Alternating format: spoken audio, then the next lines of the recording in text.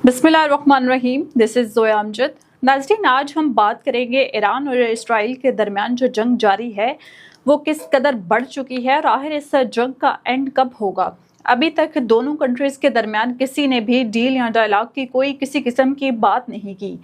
Israel की जानिब से भी हमले ईरान पर जारी हैं और ईरान की जानिब से भी इसराइल पर लगातार हमले जारी हैं। लेकिन ईरानी सुप्रीम लीडर आयतुल्लाह खamenei का कहना है कि वो हथियार नहीं डालेंगे, वो खुद का सरेंडर नहीं करेंगे जब तक इसराइल की जानिब से हमले नहीं रुकेंगे। मीन्स उनकी जानिब से किसी किस्म के मुज़ाकरात या डील की कोई ऑफ़र नहीं की गई। दूसरी जानिब अगर बात करें डोनाल्ड ट्रंप की, तो डोनाल्ड ट्रंप इस सारी सिचुएशन को देखने के बाद दोबारा से इस जंग में कूद पड़े हैं कि वो शायद सीज़ फायर करवाएंगे या कोई डील या डायलॉग करवाया जाएगा। लेकिन जो इसराइल का मेन टारगेट था वो ये था कि ईरान का जो न्यूक्लियर प्रोग्राम है उसको डिस्ट्रॉय किया जाए या उसको टोटली अपने कंट्रोल में लिया जाए। ईरानी सुप्रीम लीडर और ईरान की जो है लीडरशिप, उसकी जानिब से ये बयान सामने आया है कि हमने अपने जो न्यूक्लियर प्रोग्राम है उसको अभी उस तरह से एक्सपोज ही नहीं किया जिस तरह से करना चाहिए। इट मीन्स कि अगर अभी तक ईरान ने जितने भी हमले किए हैं और जितनी भी अपनी जोहरी प्रोग्राम को एक्सपोज किया है वो अभी उतना नहीं था कि जितना उनकी सोच है। अभी वो उन्होंने कह दें कि 0.5% शो कराया है। इट मीन्स कि इसके बैक फुट में बहुत ज़्यादा न्यूक्लियर प्रोग्राम है जिसका खदशा है इसराइल को कि शायद वो उनके ऊपर ही बरस पड़ेगा। दैट्स वाई इसराइल इस चीज़ को हड़पना चाहता है और अपने कंट्रोल में करना चाहता है। लेकिन ईरान ने इसराइल को मुंह तोड़ जवाब दिया और इसराइल की जो एक्सपेक्टेशंस थी उनको बुरी तरह से तोड़ा।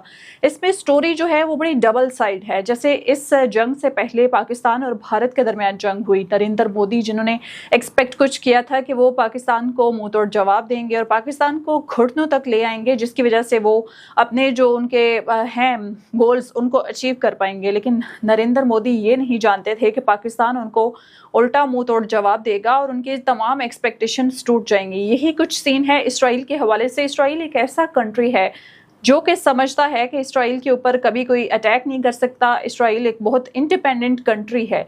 लेकिन जिस तरह से ईरान ने इसराइल को जवाब दिया, इसके बाद इसराइल की बुनियादें हिल चुकी हैं। इसराइल इस वक्त घुटनों तक आने को मजबूर है और ईरान जो है, बेशक ईरान की टॉप लीडरशिप जो है उसको काफ़ी ज़्यादा उसको हिट किया गया, लेकिन ईरान जो है, ईरानी, उनका ईमान बहुत मजबूत है और वो अल्लाह का नाम लेकर इस जंग से डटे हुए हैं।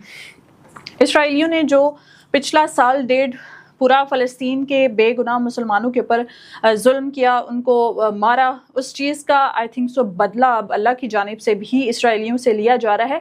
लेकिन इस तमाम तरह सूरत हाल के अंदर बहुत सारी इनसाइड स्टोरीज़ हैं जो कि छुपी हुई हैं। दोनों कंट्रीज़ जो हैं वो डील की तरफ नहीं आ रहे, लेकिन डोनाल्ड ट्रंप जो है वो अपना किरदार एज़ यूजुअल निभा रहे हैं। वो दोबारा से इस जंग में कूद पड़े हैं और उनका कहना है कि वो शायद इस जंग का सीज़ फायर चाहते हैं। इसराइल ने वैसे एक बात बहुत वाज़ेह कर दी है। उनका कहना है कि ट्रंप ने ये बात की है कि इसराइल के पास इतनी सलाहियत नहीं है कि वो ईरान के जोहरी प्रोग्राम का मुकाबला कर सके।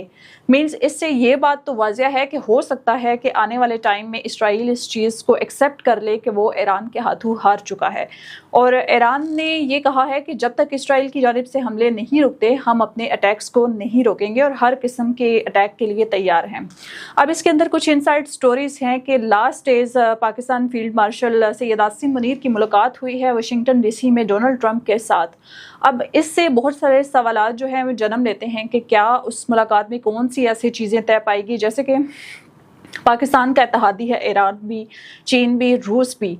तो इस वक्त पब्लिक के माइंड में ये है कि शायद इस जंग से related field marshal Syed Asim Munir ने कोई बात की हो डोनाल्ड ट्रंप के साथ, या अब कुछ रुक जाए, इस जंग के बारे में कुछ बातें की हो। ये तो खैर इंटरनल स्टोरीज़ हैं जो कि अभी तक एक्सपोज नहीं की गई। आने वाले दिनों में ज़रूर एक्सपोज किया जाएगा जब कुछ ऑथेंटिक न्यूज़ मिलेगी। लेकिन अगर ये अमेरिका ने, डोनाल्ड ट्रंप ने ये बात की है कि वो 2 हफ्ते ले रहे हैं इस जंग को रुकवाने के लिए।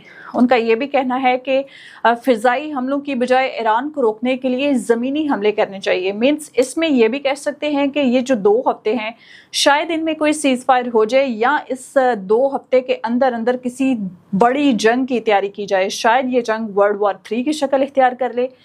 नाज़रीन, अगर ये जंग जो है ये वर्ल्ड वॉर 3 की जानिब जाती है तो ये जो जितने भी मशरिक़ वस्ता है ये डिवाइड हो जाएगा। अगर अमेरिका ایران پر حملہ کرتا ہے تو انڈیا اور اسرائیل، امریکہ، یہ سارے کنٹریز ایک سائڈ پہ ہو جائیں گے، پاکستان، ایران، روس اور چین یہ ایک سائڈ پہ ہو جائیں گے۔ اور اگر امریکہ حملہ کرتا ہے ایران کے اوپر تو چین کی جانب سے بھی رسپانس ہوگا، اور امریکہ جو ہے وہ بہت زیادہ بھاگتا ہے چین سے، کیونکہ چین جو ہے وہ انٹیلیجنس کے لحاظ سے امریکہ سے بہت زیادہ آگے ہے، اور ڈونلڈ ٹرمپ یہ نہیں چاہتے کہ ان سے آگے کوئی ہو۔ یہ بھی ایک چھوٹی سی جنگ کی شکل اختیار ہو سکتی ہے۔ دیٹس وائی کہ ڈونلڈ ٹرمپ نے یہ 2 ویک مانگے ہیں، اور ان 2 ویک میں کیا ہوگا، کون سے نئے فیصلے ہوں گے اور کن نئی چیزوں پہ کام کیا جائے گا، یہ ہم آنے والے دنوں میں ضرور ایکسپوز کریں گے۔ اس تمام طرح صورتحال پر بات کرتے رہیں گے۔ اسی کے ساتھ اپنی میزبان زویا امجد کو دیجیے اجازت۔ اللہ نگہبان۔